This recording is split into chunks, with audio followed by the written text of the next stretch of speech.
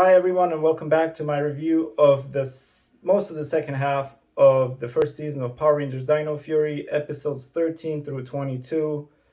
Basically, what happened is we had Lord Zedd coming back. He came back because one of the monsters that was here kind of had the ability to resurrect old monsters from the past. So Zedd was back and he had a compliance collar, which we saw back in Beast Morphers. So he was under the control of this monster, but the Rangers, Ollie to be exact, actually freed him off the compliance collar so that he could help the Rangers fight off the other monsters. And then, of course, they battled, and Zedd actually ended up leaving, vowing that he would come back once he gets his Z staff back. And we do know that his Z staff is also uh, it was also present during Beast Morphers because I think Ryjack also had sort of like a collection of weapons from previous monsters.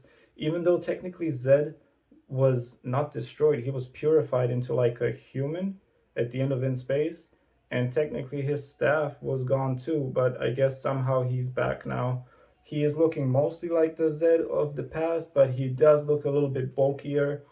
He does look a little bit different as well. His helmet, the top part of the Z, kind of has a spike that I don't think was there before. We had the debut of the Gold Ranger Ion, and he gave us much more of a backstory of Ravcon and Zaito and what happened.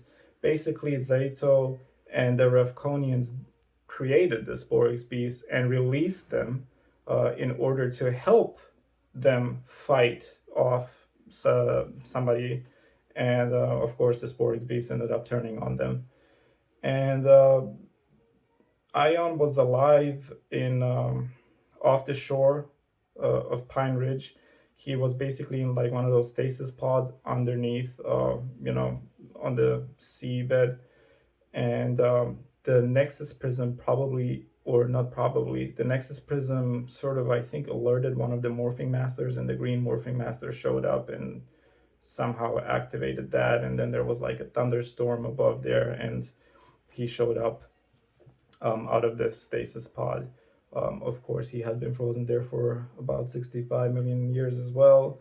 And he tells the other Rangers that, you know, Zaito is partially responsible for everything that happened. He has a Zord that debuts.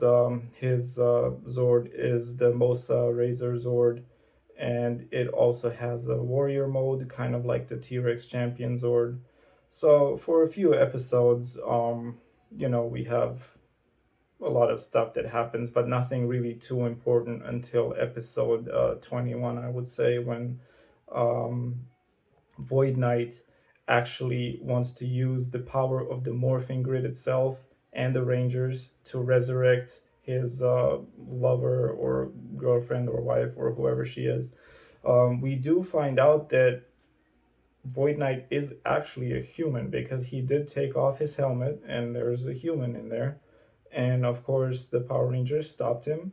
But before they destroyed this machine where the woman was at, Void Knight sort of jumped there and teleported away.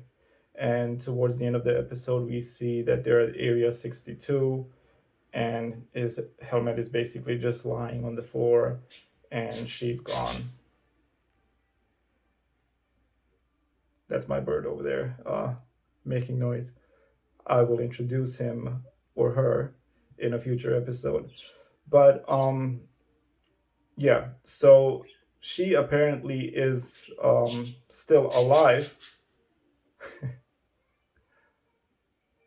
And he's nowhere to be found. His helmet is just basically lying on the floor, making us think like he is gone.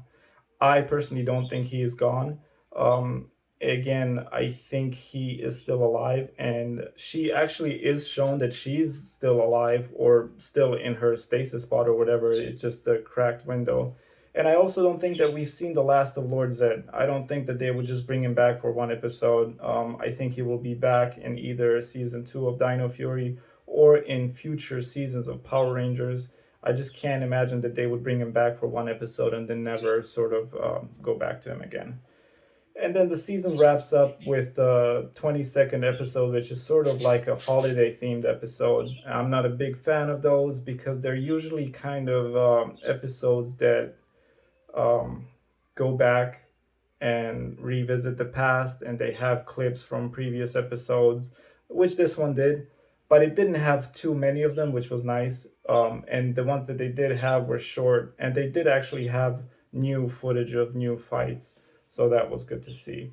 So that's the end of season 1 of Power Rangers Dino Fury. Season 3 overall for Hasbro, I have to say that I'm really enjoying the season so far, or Dino Fury so far, and I'm looking forward to see what season 2 has in store. I definitely think that Void Knight will be back, and now it's more and more sort of not clear, but there's more and more of a chance that maybe Void Knight and that woman are actually the parents of Amelia. And I was actually curious to see if she was gonna see that lady in the stasis pod, but I don't think she ever saw her during that battle. So a lot to look forward to. It's, I think, Hasbro's best season so far out of the three, and I can't wait to see season 2 of Power Rangers Dino Fury and see what will happen.